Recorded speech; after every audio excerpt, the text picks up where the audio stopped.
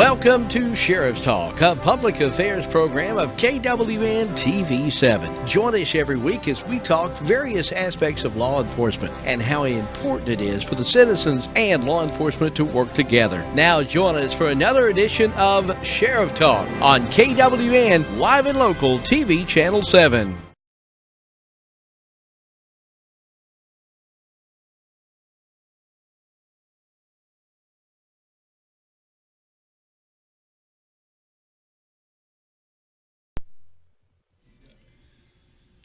Welcome in to another edition of Sheriff Talk this week on KWN TV. Dade County Sheriff Ray Cross and Captain Don Hicks of the investigative team at Dade County will join us today on the program. Gentlemen, how are y'all? Good. Fine. And Captain, we hadn't seen you in a while. It's been a while. Good to have you back. And we've got a good show. Earlier today, I was on the morning show, and I said, make sure you catch Sheriff Talk this week, because this hour we're going to be talking a lot about two different cases that happen to be cold cases that are still being worked, but they're one towards the end of the 80s and one towards the beginning of the 80s, and they've gotten a lot of attention just recently. And we're going to kind of unpack that. Been a little bit of confusion about, the two different cases, but they are distinctly different. They were on two different interstates. We have two of them, of course, in Dade County, 24 and 59. And during the show today, we'll kind of talk about each one of them individually. And hopefully by the end of the show, if you have been confused about some of the media that you may have seen, just parts and this, that, and the other, maybe kind of help set the record, I guess, a little bit straight and see if you may have some information, because who knows? I mean, y'all are still looking for information. Yeah, we are. For sure. Sheriff, and we've got a press conference, by the way, that was held yesterday, that you held along with the GBI yesterday, and we're going to show that coming up here in the next segment on the program, but kind of give us an idea of about 3 months ago, I guess, this all started again and brought it back to the forefront. Yeah. Matter of fact, you came in office and was talking about a article, I think that was out of Nashville or Knoxville, then contacted the reporter up there and talked to him about it. And I can't remember which one it was. It was one of the TV stations in Nashville I know that you talked to. But they were talking about the missing person and stuff, so that's when we kind of got back on track of this. But the GBI has been working this for years, as long with Don in our office, trying to track down some information of who these missing females are, so we can get some closure to their families and also find out who the killers are. Now, the first one that you're talking about happens to be a case that was in the late 80s. Excuse me. See, that's how, and I apologize. It was in the early 80s. Yeah, these get kind of confusing. It does. It was, 1981? 81. And that's really before even you were in law enforcement. That was years before I even started there. And this particular case the sheriff's talking about that we found on it was actually an FBI press release that a Nashville station had picked up about a serial killer confessing to a bunch of crimes across the South. Yeah. And one of those happened to be related to the female that was found here in Dade County on I-24 that was never identified. One of the problems we have in both these cases is back then there was very little documentation. Some of the officers involved are not around anymore. DNA was not available back then like it is today. So there's a lot of factors that play into this of why it makes these cold cases so hard to determine. So we've reached out to GBI and they've contacted us, and they've picked the skulls up and took them to Texas and had them recreated. I know Don had that one cast of the head in his office for years, and GBI finally came and got it again, and they, the way forensics and artist recreations have evolved and got better over the years, they took it to Texas and recreated it. and made a better casting of it to the artist's rendering of it. So now we have a pretty good, as you seen yesterday, a pretty good cast of it. Now, the first case, we're talking in the early 80s, the GBI did a press conference in Chattanooga because they're working, this particular missing person is supposed to have been missing from Chattanooga and was found in Dade County in 1981. Now, supposedly a confessed serial killer that's in jail in California, is that correct? In Texas. In Texas.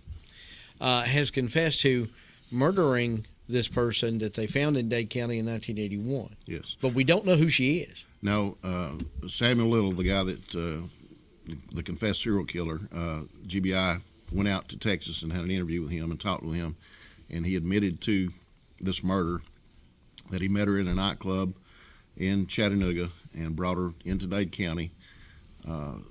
He was, from what I understand, a previous boxer or something, very strong, and he would knock them out and then strangle them. And that's apparently what he did to this girl, and then pushed her out of the car off of 299, off of an embankment. And apparently she rolled down the hill, and then that's when her body was found later. And that was the case you may have seen on all the local media that was actually talked about from a Chattanooga press conference that GBI was there along with TBI and I believe even the Hamilton County District Attorney. Yeah.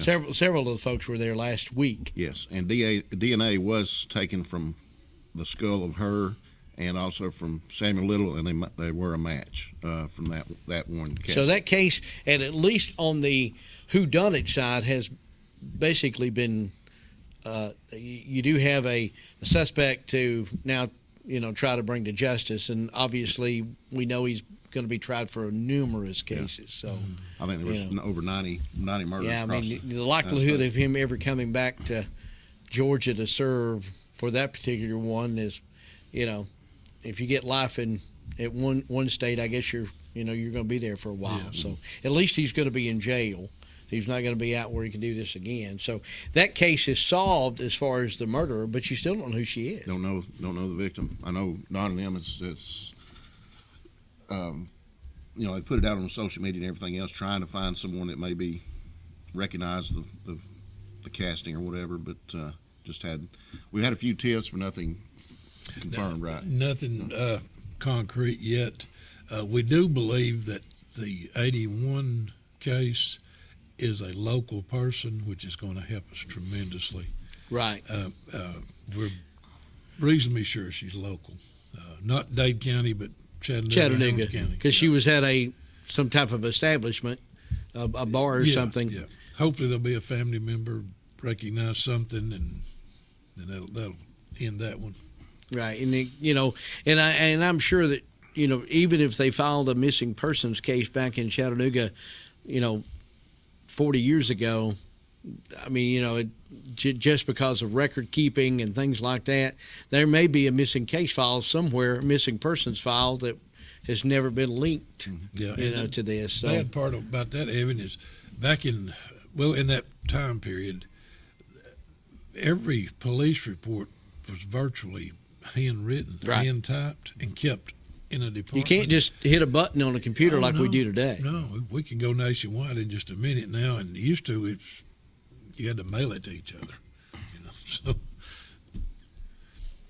Yeah, I can see. Well, hopefully, with the this brought to the forefront, have a casting, and that's been put out. Hopefully, there's somebody in the Chattanooga region can say, well, cousin or somebody, and can put a name finally to this person. That would be great.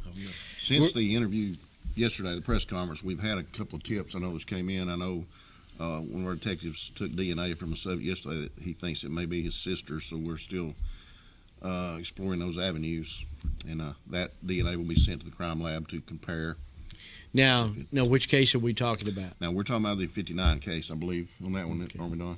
I believe that's the one that the guy came in. Of course, we've had several calls since yesterday, which is great. Somebody was listening, paying attention, and hopefully one of them will check out. Well, that would be great. We're going to take a break. When we come back, we're going to go right in to a press conference. So after the commercial break, we're going to go right into a press conference that was held here at the Dade County Courts facility. The GBI, the sheriff, Captain Hicks was all there. They will show you the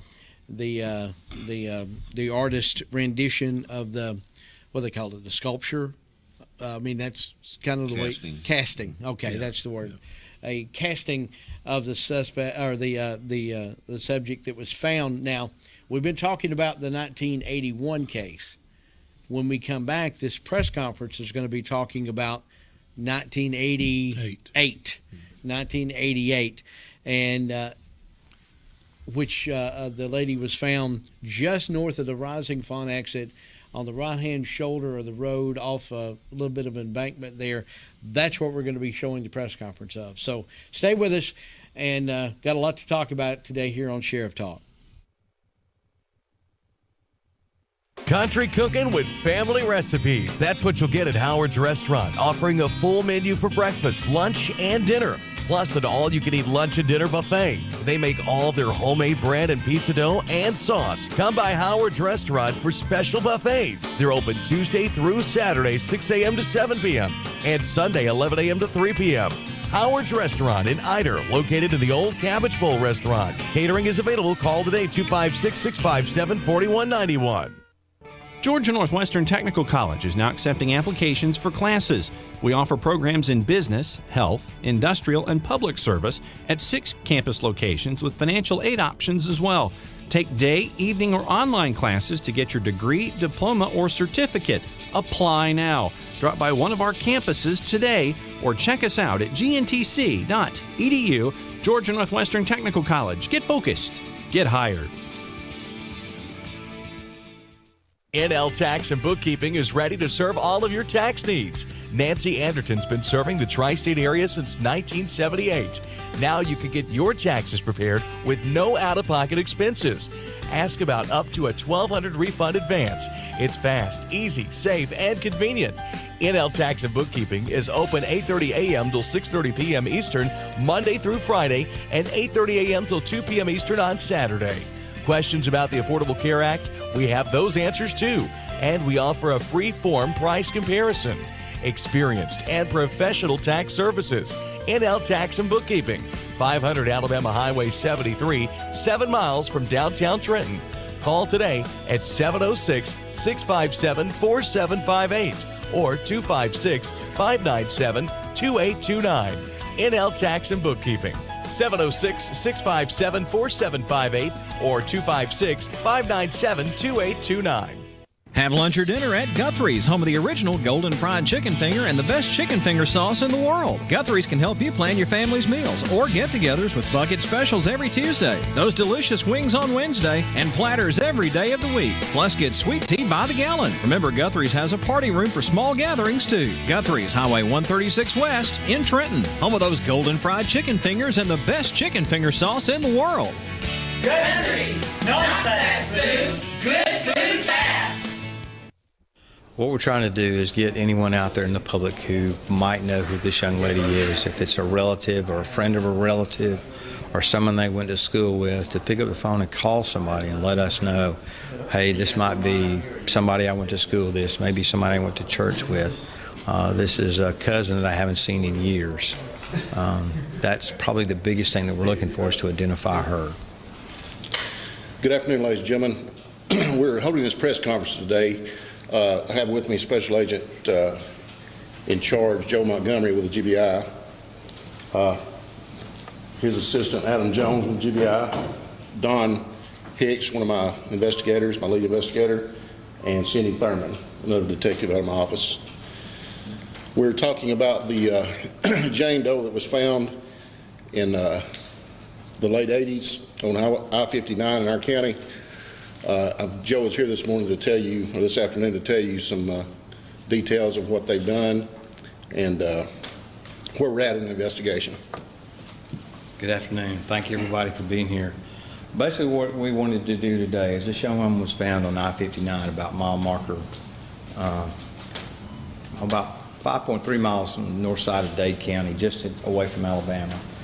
And we got to looking at the renderings a couple of years ago, and we noticed that it started to deteriorate and degrade. So basically what we've done is we've resubmitted the body or the rendering to be redone. And we wanted to try to get the public's help back again on this case. She was found on the side of the road, like I said, in December of December the 16th of 1988, at about 2 p.m. by two Georgia Department of Transportation workers. She remains unidentified at this time. With her remaining unidentified, that means her killer is also unidentified. So we're asking the public's help. Anyone who might know this young woman, may have a relative disappeared about that same time period, or have a friend, somebody in the Tri-County or Tri-State area that might have had gone missing at that time.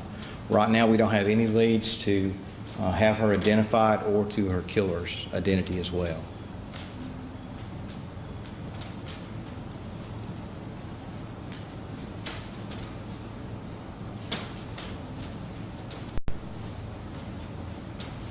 Any questions?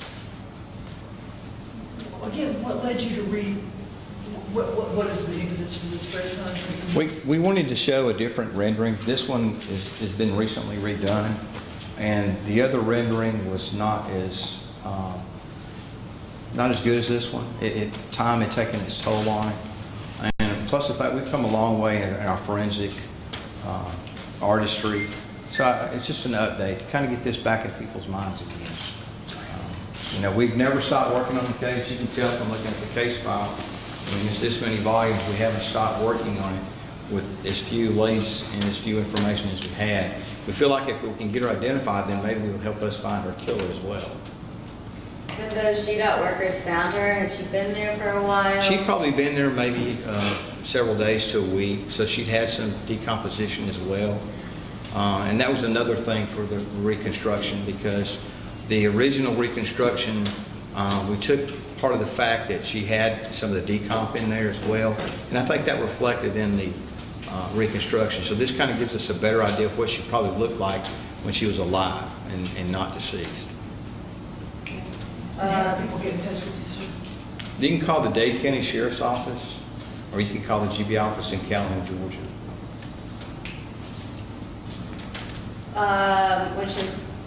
Do you know how she was killed? We're not going to go into that right now. We know she was killed and murdered at that time, or sometime within a week of where she was found. She was probably killed somewhere else and then placed where she was placed. Is where she was found, is it like off an embankment, or It was what's just that area? right off the embankment off I-59. If you go to the Alabama line on I-59 north, it's about 5.3 miles, something like that, down the embankment on a Friday afternoon. Okay. Has the Sam Little case renewed interest in this? And does it It's not, the GBI never stops working on homicide investigations, and we want the public to know that. If your loved one's been killed, we don't ever stop working. I think the Sam Little case may have helped out in this, but it goes back to some things we've been talking about. We had been looking at both cases for a while, and we were thinking of ways we could generate more leads and more public interest, and I think the Sam Little case has kind of helped us in that. It's given us an opportunity to reapproach the public and say, you know, this is not the only case that we have. We have other people that have been murdered that we need help with, and this is one of those. And it gave us also a chance, because of the time and the degrading of the clay rendering, to redo it again, as we planned to do with the original Sam Little victim. In Dade County here, how many cases, cold cases, is GBI working? I think there are 4 or 5. Okay. And does that include this one? That includes and the this one Sam Little? and the Sam Little case, yes. Okay. Those are the only two Jane Does from the 80s from Dade County, correct? Yes. I've been trying to read your name. Would you repeat your name? Joe Montgomery, Joe Montgomery. And you're a special agent? Assistant Special Agent in charge. Were there other similar ones down this corridor or anywhere in the vicinity in other counties? There's some in other states that are very similar, yes, and parts of the country. Was it a similar situation, no missing person report here in Dade County, or? None. Georgia. And we Alabama. run into the same problem that we had in the early 80s with, Sure. with the missing persons. If they're missing from one jurisdiction and live in another, they'll tell that jurisdiction, and the other jurisdiction will tell them that. Plus, if they're not missing for a certain amount of time, they won't take a report. So, and trying to find, it's like the same issue we had with the Sam Little case. Trying to recreate documents from the early 80s and the late 80s is very trying. Any evidence that this connects to any other cases? Not at this time, just the similarities of the death. Joe, if I could add, I believe this case has also been excluded from the Sam Little murders, that his DNA was tested. It was not connected to this case. Okay.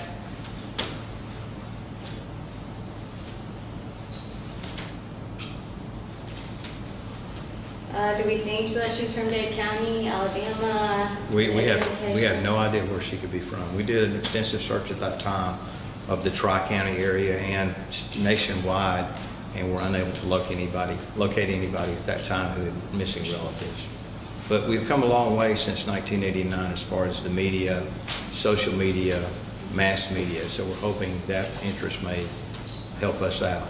It's helped us out in the Sam Little case, so maybe it'll help us out in this case. Have there been any leads other than the fact that there's a Jane Doe who's found on the side of the road in Dade County? You're talking about as far as this case? We generated very few leads in this case.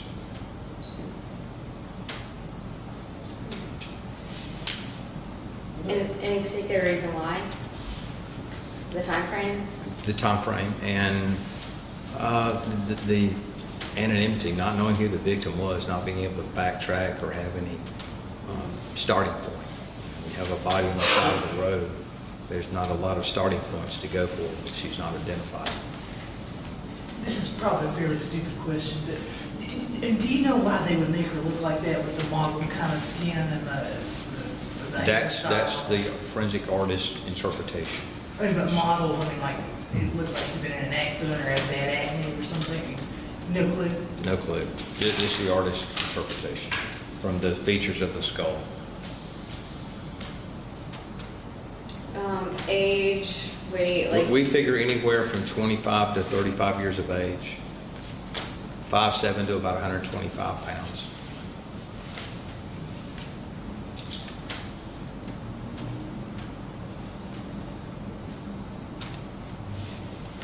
Yes, sir. And there's no DNA available?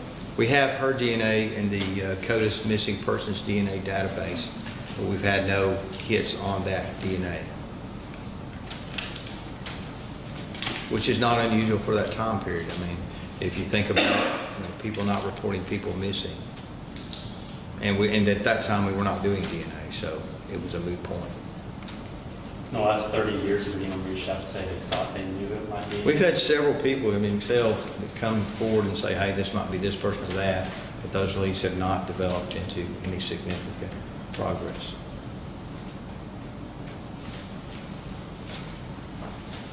When was the last time, was it 89 that the original rendering was created? Probably about 95, I think, Don. It was the late 90s. So it's been over 20 years. It's since been at this least 20 years was since she's been around. Sure.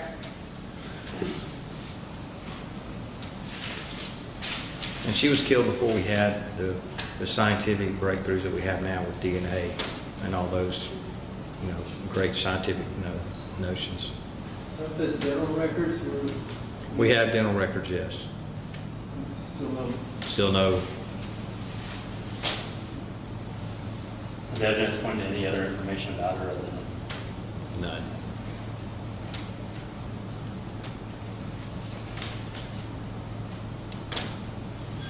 Sure.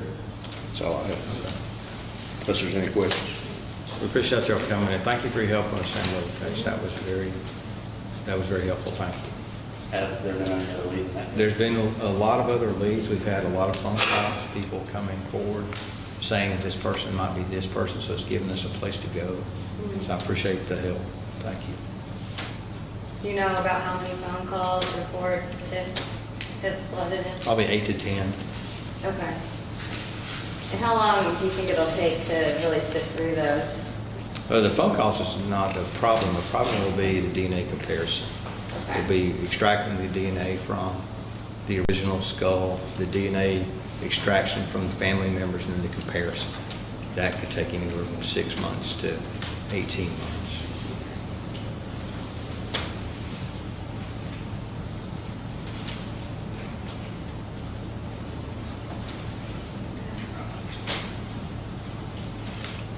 Thank you for being here. All right, back to Sheriff Talk here in the studio. That was a press conference that was held yesterday at the Dade County Courts facility with, of course, Sheriff Cross, Captain Hicks, and Special Agent in charge of the GBI. And for those of you, there's a lot of information there. We're going to take a quick break. When we come back, there'll be some more things that we can talk about concerning this case and possibly the other one. So stay with us. Lots more still to come here on Sheriff Talk. A time-tested financial institution equipped with the latest banking technology. The Bank of Dade, with mobile banking to fit your on-the-go lifestyle. Download our latest app today for your iPhone, Android, or tablet to bank on the go. Check your balance, pay bills, make deposits, and keep track of your account anytime and anywhere with the Bank of Dade's smartphone app. Make life easier by using today's most advanced banking technology to your advantage. Call us at 657-6842 or visit on the web at bankofdade.com. Your hometown bank since 1956, the Bank of Dade. Main office is on Highway 11 North in Trenton, and drive-thrus on Highway 11 North and Highway 136 West. Member FDIC, Equal Housing Lender. Le Mans Mexican Restaurant is now open in Henniker, Alabama at 50 Lloyd Fry Drive. Karaoke on Thursday nights, $6 lunch specials, and catering is available. How about delivery? Yep, delivery is available with a minimum of 5 orders. Happy hour, 2 to 5, Monday through Friday. And private party hosting is available with 2 locations to serve you in Henniker and Crossville. Le Mans Mexican Restaurant. Call 256-657-3999. From sunrise to sunset, Mountain View Chrysler Dodge Jeep Ram in Ringgold works hard to always give our customers our best.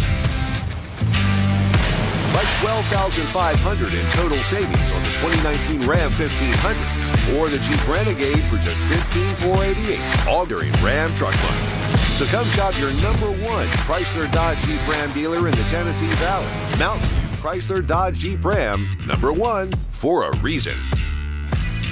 Delivering top-quality primary health care locally. We are Northeast Alabama Health Services. With 7 locations, there's one near you. Scottsboro, Section, North Sand Mountain and Higdon, Skyline, Woodville, Fife, and Fort Payne. We accept Medicare, Medicaid, and of course your private insurance. If you're unemployed, low income, or have a high copay or deductible, you may also qualify for a reduced rate office visit as low as $16. Ask about our free medication program, and ladies, you may qualify for a free or reduced rate mammogram. Dental referrals for our patients with tooth removal and fillings for only $15. Putting your health concerns first, we're Northeast Alabama Health Services. Cervical cancer screenings now available at Northeast Alabama Health Services. Can you gig it? Oh, yes, you can. We know you've been waiting for a long time, and now Tennessee Valley Net is bringing it to you. Gigabit internet service now available in certain areas of Dade County. Not just fast, super fast internet service now available from Tennessee Valley Net. People are talking, I mean really smiling about gig speed internet available in limited areas from Tennessee Valley Net. Call today at 706-657-4367 or log on at tvn.net and see if gig speed is available where you are. We know you'll gig it from Tennessee Valley Net.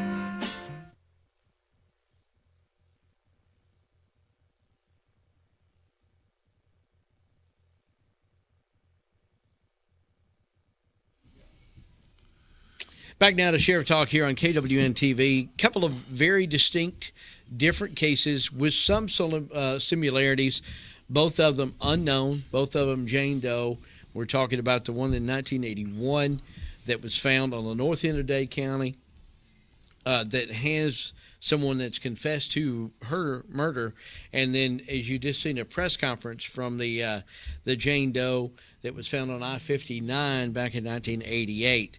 Now, in 88, we've already established that nobody here associated with law enforcement still today remembers that case because nobody was here. It's completely, if you will, law enforcement is completely turned over since 1981. But there is still folks, Captain Hicks, and there's other folks that are still in law enforcement that remember 1988. Yeah.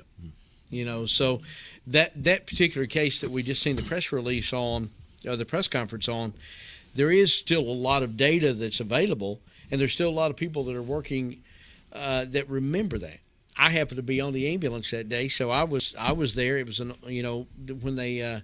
when they finally called and the DOT workers found her. So I mean, you got a little bit more to go on, but you still don't know who she is, and she's probably, like you said, Sheriff, the harder one to identify, because the one on the north end of the county that's got a confessed serial killer that's confessed to murdering her establishes her at a place in Chattanooga at a nightclub. Yeah. So that's probably going to be more local than what could have been here, could have came from anywhere. Yeah, we have no idea. What, over the years, I know that, your office has continuously been, it's one of the cases that's kind of always been in the back of everybody's mind. Mm-hmm. When this came up 3 months ago, immediately everybody thought about I-59 and the Jane Doe, because I'll be the first to. I don't remember the Jane Doe on the north end of the county. Neither did we. I don't think. Don, did you?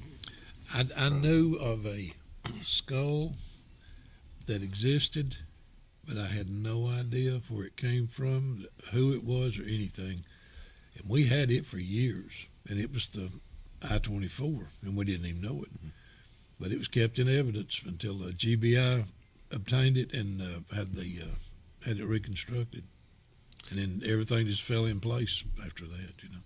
The I-59, the press conference, one of the things the special agent talked about is the fact there's so many things have changed since 1988, and you're hoping that it's going to give the public a different way to respond. Social media was not available. Mm-mm.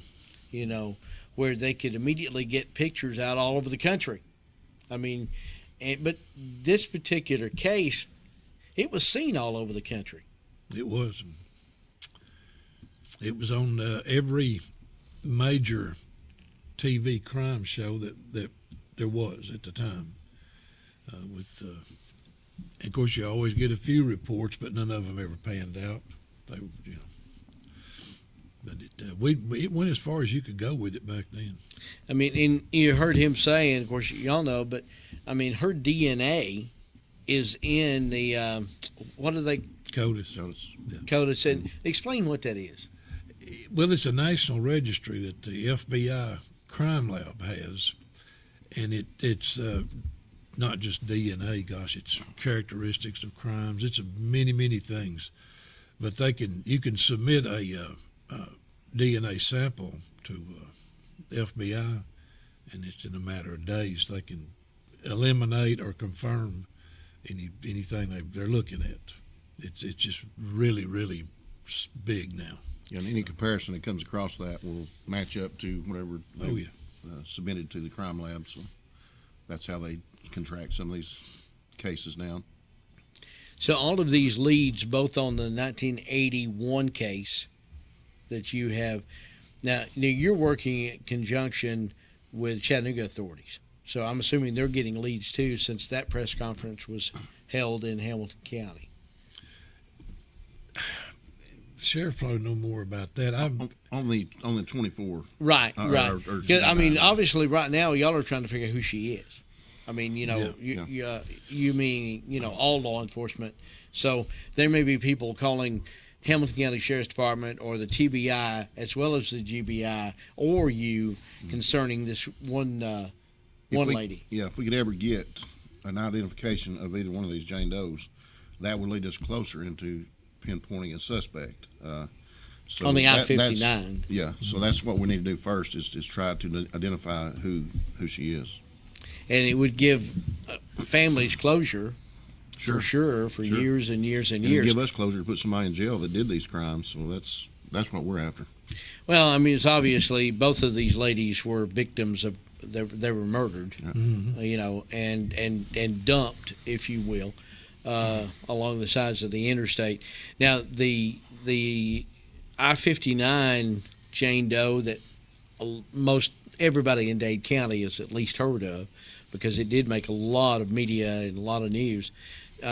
She's buried here locally. She is. You know, after everything was done in the 80s and the 90s, she was brought back here to Dade County, and she's buried at Lake Hills. You know, and she's got a Jane Doe tombstone. If you're a plaque, for Lake Hills, it's a perpetual care cemetery, but she is here. So whenever, and hope she will find a family, they'll know where she's. Yeah. Where she's, she was buried accordingly, because I even, and you probably did too, Captain, attended the funeral. I wasn't able to, but I remember it. I mean, I think it was, and I believe it was Eddie Cantrell, the First Baptist. He actually preached a little funeral at Moore Funeral Home, and they donated the plot at Lake Hills at that point, and so she had a burial of some sort, even though we had no idea who she was. Yeah. So, but so she is, got a burial plot here in Dade County. I don't know if everybody knows that or whatever. What will you do next? I mean, what are y'all doing next? Well, we're just going to wait on this new constructed face and see what it brings in, because it's looks totally different than the old one, and we're hoping it'll just open a whole new page. Because this, like I addressed some folks about a year ago about this girl was real. This isn't a made up movie thing. This was real. We found her. She belongs to somebody. As I was talking to the GBI yesterday, the press conference was good and everything that went out, but that only goes to our local stations. What really would be a big help is social media, Facebook and stuff, because that goes around the nation. And maybe somebody looking at Facebook will see this press conference and, hey, so, that looks like a relative or whatever. So that may be the lead that we're looking for, that maybe some tip will come in that will pinpoint us to who the family is. Well, I think at this point, it's going to take some family member to be able to recognize a missing person from their family has got a resemblance to that casting. And I'm going to tell you, Evan, this Facebook is probably the most fertile field there is for that type thing to happen, because there's so many people intertwined with so many other people.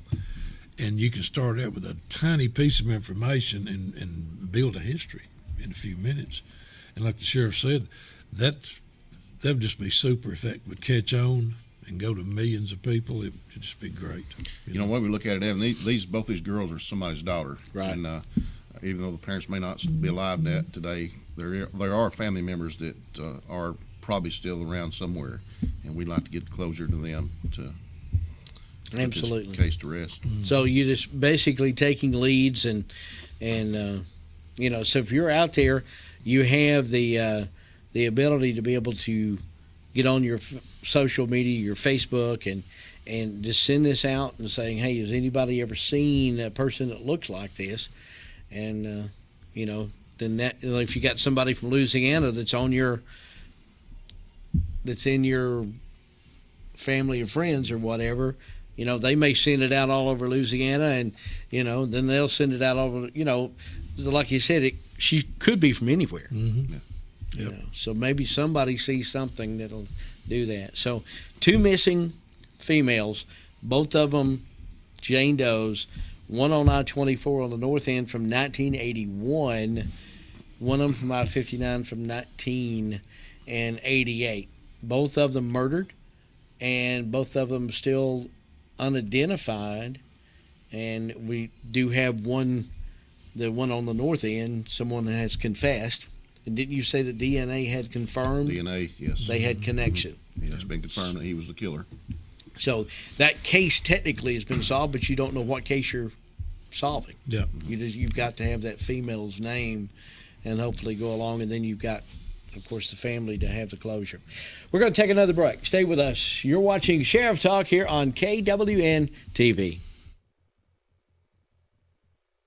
At Comfort Gallery in Kimball, comfort is the key. And the key to making it easier to sleep, sit, and stand is a new PowerLift chair from Catnapper. Catnapper's PowerLift chairs feature comfort coil seating for long-lasting comfort and a powerful yet smooth, quiet motor. Some models even include heat and massage. It's really comfort at the touch of a button. See the full selection today when you visit Comfort Gallery. Free delivery and setup, 1 year free layaway, and 6 and 12 months same as cash. Available at Comfort Gallery, 780 Main Street, 1 mile north of I-24, exit 152A, Kimball, Tennessee.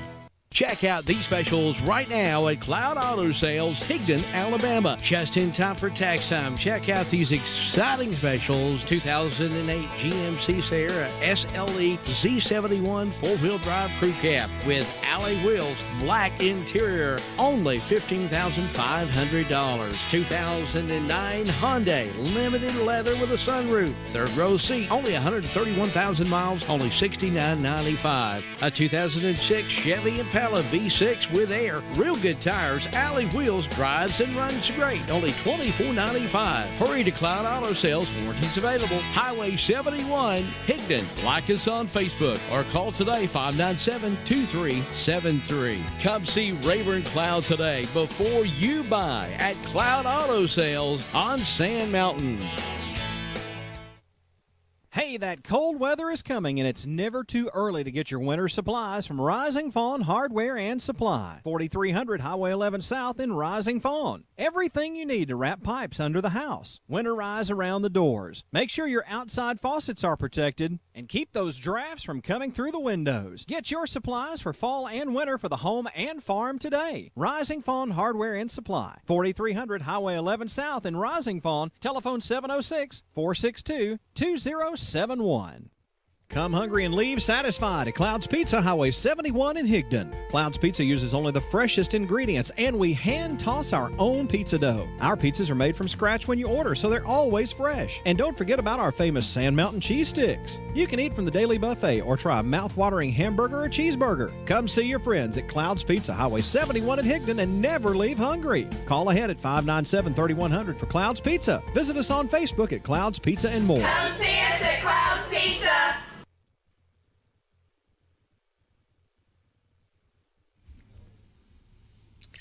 Welcome back to Sheriff's Talk. It's been a hopefully very informative show up until this point, with a lot of information on a couple of cold cases.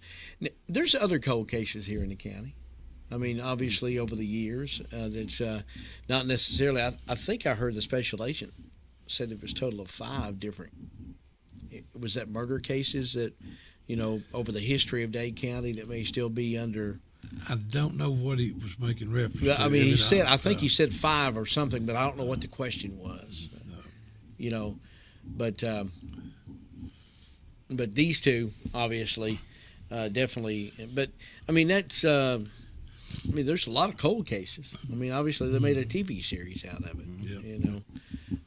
Because a lot of these things, there's no such thing as perfect crime.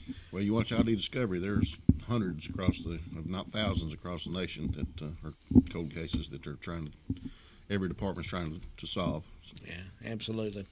Speaking of your department trying to solve cases, you've got a new enlisted number of trainees, I guess, with the Citizens Academy going on. We do. It started about 2 weeks ago. This will be the 3rd night of it tonight. The first couple of weeks were the jail. We were on a jail tour, and then last week they come back and talked about their experience through the jail and how the jail operation runs, our TAC officers, which enters warrants and stuff like that, hits and everything else, and to what Howard Doyle does at the window with tickets and dealing with the public. And so they seem to be enjoying it very much. Tonight is going to be champs and SRO. So we'll have what happens in the schools. Yes, so we'll have a good class night on that. That's one night a week, right? It's one night a week. It's on Tuesdays from 6 to 9. Tonight it'll be in the commission room. It has been in the courthouse because of voting, so now we're going back to the commission room tonight. But it's very informative, and they seem to love it. And I've got several that have returned from previous classes that need to get a couple of them to come on, and I'd like to hear some of the responses of what what their impression was of the jails. Sure. You know, I believe we can line that up. because of I don't think people. Well, matter of fact, I know most people don't really understand. Right. I mean, and this is a good thing because most people never go inside the jail, which is a good thing. Every class you got people saying, I never realized y'all did all that and the things we have to do and the way we have to do them. You know, we have a lot of regulations that were regulated by the state to do, not to mention that by law that we just, you know, people want to know why we can't just do this. We have rules we have to play by. So that's what we explain a lot in these classes. You know, there's been so many evolving things over the years. I know I've seen it where, you know, now you got internet medicine where you take people and they video. I mean, you know, you talk with a doctor and, I mean, you know, things that would have just never. I mean, you couldn't have scripted that stuff back in the 80s. Well, one thing I know that Don handles is our drug. We have a drug box outside the jail that people bring unfinished prescriptions and drop them off, and we destroy them. Well, the evidence room is just packed sky high with all those pills and medicines that people brought in, dumped out. So just, I think a week or two ago, Don got a hold of somebody that could come or we could take it to and can destroy this stuff, because you can't just dump it in the sewer system. Right, no. Or you shouldn't. I mean, that's, you know. Yeah. So he did get a hold of, I think it was DEA or somebody. DEA, that's going to come up, or we're going to take it to them and let them dispose of it. Do people use that a lot? Evidently so, if you've got a bunch of them. Evidence, unbelievable. The first batch we sent off was, I don't know, a year or so ago. We figured it was 600 pounds of pills and whatever in that. I've got more this time going. And some of it's narcotics. A lot of it is like run-of-the-mill medicines, but it's something that could kill a child if they got to thinking it was candy. Some of the stuff's expired. It's a great program, and finally got with DEA, and they said, "Oh, we'll help you." Well, I've got to take it to them next month, but it'll be another. Well, we'll get a picture of the sheriff with the next load, and it's going to be 4 feet tall, 8 or 10 feet wide stack of cardboard boxes full of drugs. But we appreciate the citizens in the county bringing those to us and let us destroy them, because, like I say, you don't want to flush them down the toilet into the sewer system and leave them out where children can get a hold of them. That's the biggest concern. Yeah. I mean, you know, the program Killers in the Cabinet. I mean, that medicine, you know, if it's not prescribed to you, it can kill you. You know, there's and children. You know, people getting it into the wrong hands, and you know, people trying to. You don't want to leave medicine out anywhere where someone could come into your home and steal it from you, because that happens as well. Oh yeah. And talking also on the Citizens Academy, Evan, one part I don't want to leave out. Rex Mayo is my chaplain at the office. Good guy, by the way. A very good guy. Him and Randy Tinker down at Trenton. Well, we won't talk about Randy. Oh, Randy. Just kidding. But they do a great job. They Celebrate Recovery comes into our jail, which is them and their people, and bring faith-based networking to them to get them hopefully back on the right track. They also do the Hands Up ministry, where when they get out of jail, they try to get them back to a working member of society that get them away from the influences that they've had. So Rex came in last week and also talked and told what he did with the sheriff's office, and without that part of it, I don't think any rehabilitation is going to work. So I just appreciate Rex and Randy for what they do. They're good folks, and that Celebrate Recovery has worked, from what I understand. Oh yeah. I mean, we've had some people that have actually went through the program and staying with the program, and is you know, there's good in all of us to a degree, you know, or you would at least hope that they are.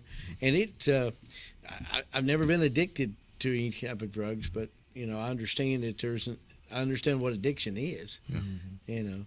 So, I mean, that program really helps them help each other stay on the right path. Yeah. And obviously, that helps y'all, because you don't want them returning. Yeah, and a lot of these are not just, you know, dopers, as they call it, or whatever. Some of these had actual pains or surgeries or whatever, and they got prescribed opioids that turned into an addiction that they just couldn't control, and it got out of hand. And those are the ones we're trying to help and get their life turned back around. All right. Got one more break coming up. Stay with us. We'll talk more to the sheriff and Captain Hicks when we return after this. The Moore family name has built a legacy of trust, compassion, and peace of mind by standing with families during time of loss. Now in our 70th year, the Moore family commitment grows even stronger, from affordable traditional services to cremation. Our experienced staff stands ready to follow through on you and your family's wishes. Since 1945, the Moore family of funeral homes, North Sand Mountain and Trenton, always dedicated to those we serve. Gigabit Internet residential service is now available to customers of the North Alabama Electric Co-op with NAEC Fiber in Jackson and Marshall County. Residential gig service is now available for only $79.95. Call today to have your gig service installed at 256-437-5000. High-speed fiber residential gig internet service now available to customers of the North Alabama Electric Co-op with NAEC Fiber. Business and commercial customers can get gig service too. Call for pricing 256-437-5000. Gig service from North Alabama Electric Co-op. 256-437-5000.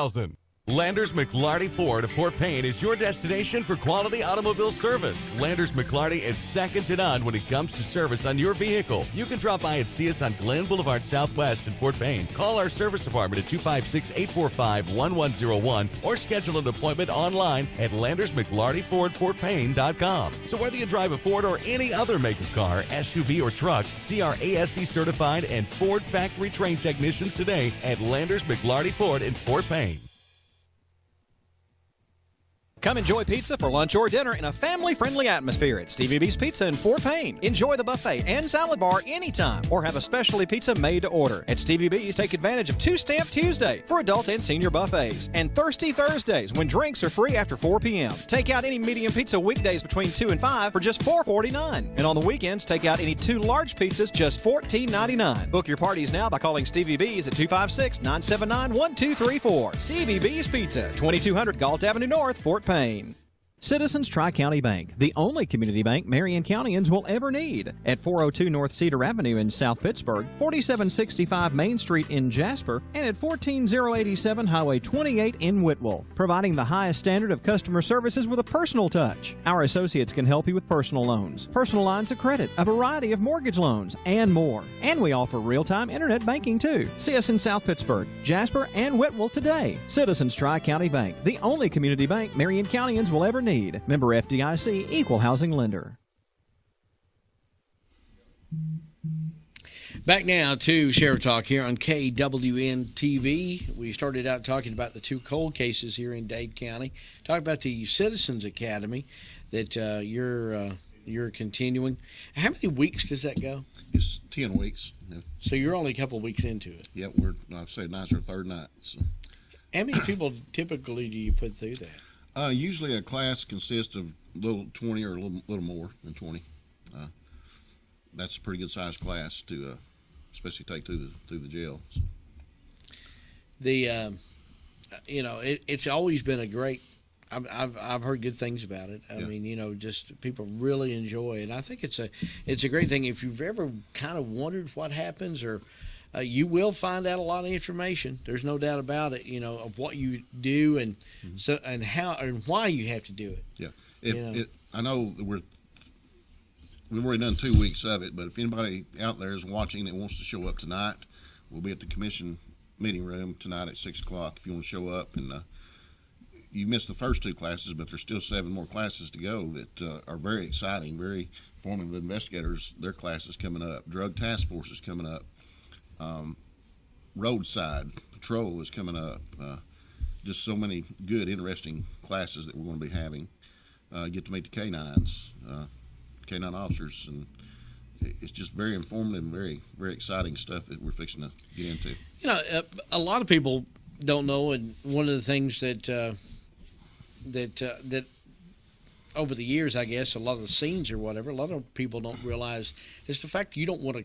I mean, you're not being mean to keep somebody out of a scene or keep somebody away from a certain area. You want to preserve that area, so a lot of times you'll have to put up tape, don't cross this line or whatever. And I'm assuming during the Citizens Academy, you kind of explain why you have to do that. Sure. I mean, there's certain things that you just can't let anybody walk into any type of scene. Even a crime scene, sometimes the sheriff don't even need to be in there because investigators are trying to collect evidence, and you go walking through there and mess up something that could have been vital to that case.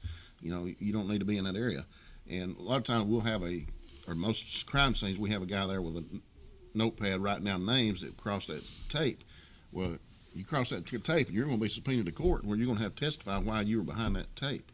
So, and that's why we do that, is because, we don't want, say you had someone, God forbid, shot or something. We want to find out who did this. So if we just let anybody cross that crime scene tape, they're going to mess up the evidence that we may have to prosecute that person. So that's one of the reasons we don't let anybody just, we have restrictions on who goes across those crime scenes. Well, and we only got a couple more minutes. I want to close out the show. You and I both were on the scene of that horrendous wreck on Sand Mountain. Terrible. Mm-hmm. It was a terrible, terrible wreck. Don, Captain, I don't know if you were out there or not, but I know Chief Kaiser and you've been seen numerous wrecks over the years. One of the things that we'd never seen two vehicles that hit each other and landed that far apart. Right. And there was loss of life, but I do know. I guess my question is getting to the point. Y'all kind of up the patrol in that area as far as speed and things like that. I know that the Georgia State Patrol seem to be a lot more prevalent in that area. Yeah, Georgia State Patrol, MCCD, our Motor Carrier Division, and our deputies, yes, we're trying our best. I had somebody in our Citizens Academy last week tell me he never sees a patrol car in this area. And a lot of times what I was trying to explain to him is, you may be in the back of the house or backyard or something, and a patrol car come by and you never see it. So you think they're not there, but we do. And I told them to step up, patrol in that area, because we do try to keep them visible as much as possible. But sometimes they do go by a home and you're just you don't see them because you may be asleep or you may be in the backyard or in the bathroom or something, and they go by, and I never see a deputy, but they're out there. And so if you ever need one and you're not seeing them like you think you should, just give us a call. We'll get it. Well, we always got to remember. I told somebody the other day, I said, well, 90% of the problems come from 10% of the people. Yeah. And they said, no, it's more like 95% of the problems come from 5% of the people. And we try to stay in those high crime areas right. that we have, which we don't have a lot of crime, but we try to stay in those areas where we know we're going to have problems. And some of these areas we have good neighborhoods that we don't hardly ever have crime, but it's working pretty well. Before we close out, Evan, let's talk on something good like the Braves last night. There was the preseason with the Reds, and they're on today. If you're watching us live, matter of fact, they've been on the radio here locally for about 8 minutes. Yeah. For the pregame, and they'll play tomorrow. They're off, and then then it's off to the races on Thursday. Yep, good deal. So the Braves are back. Yeah, spring training underway. So and we're going to carry them, by the way, on all of our frequencies on KWN Radio at 101.3. That's the new FM. You can pick it up all over Walker County, Lafayette, Chattooga, Fort Payne, out at Rainsville, all over the area. 101.3, the home of the Braves at North Georgia, North Alabama, Marion County. So if you want to listen to the Braves, you'll be able to do that. One thing I seen last night I haven't seen before is Freddie Freeman got up to bat. Cincinnati put 4 outfielders out there. I think they pulled a shortstop out and put him out in the outfield because they knew Freddie could hit that ball. So that's right. They're going to give up the infield single, but they ain't going to let nothing. He's either going to get it over their heads out of the park, or they're going to find it out there for sure. All right. We appreciate it. I hope that these new casts will bring some light to both of these cases and get some closure to families. That'd be a great thing. All right, we'll see you next week. Thanks for watching another edition of Sheriff Talk.